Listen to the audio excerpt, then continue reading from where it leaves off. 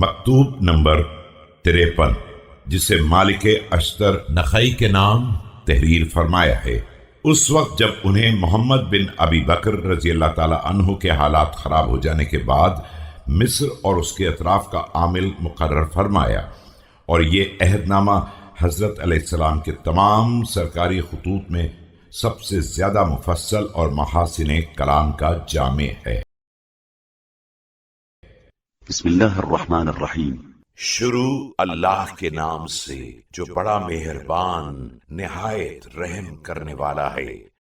هذا ما امر به عبد الله علي امير المؤمنين مالك بن الحارث الاشتر في عهده اليه حين ولاه مصر جباية خراجها وجهاد عدوها واستصلاح اهلها وعمارة بلادها۔ یہ وہ فرمان ہے جو بندے خدا امیر المومنین علی نے مالک بن اشتر کے نام لکھا ہے جب انہیں خراج جمع کرنے، دشمن سے جہاد کرنے، حالات کی اصلاح کرنے اور شہروں کی آبادکاری کے لیے مصر کا عامل قرار دے کر روانہ کیا۔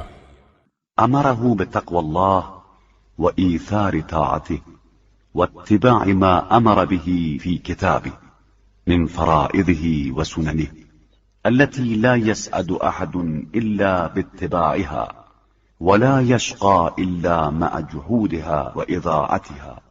سب سے پہلا امر یہ ہے کہ اللہ سے ڈرو، اس کی اطاعت کو اختیار کرو، اور جن فرائض اور سنن کا اپنی کتاب میں حکم دیا ہے ان کا اتباع کرو کہ کوئی شخص ان کے اتباع کے بغیر نیک بخت نہیں ہو سکتا ہے، اور کوئی شخص ان کے انکار اور بربادی کے بغیر بدبخت نہیں قرار دیا جا سکتا۔ وأن ينصر الله سبحانه بقلبه ويده ولسانه فإنه جل اسمه قد تكفل بنصر من نصره وإعزاز من أعزه، وأمره أن يكسر نفسه من الشهوات ويزعها عند الجمحات۔ اپنے دل، ہاتھ اور زبان سے دین خدا کی مدد کرتے رہنا کہ خدائے جل اسمہ نے یہ ذمہ داری لی ہے کہ اپنے مددگاروں کی مدد کرے گا اور اپنے دین کی حمایت کرنے والوں کو عزت و شرف عنایت کرے گا۔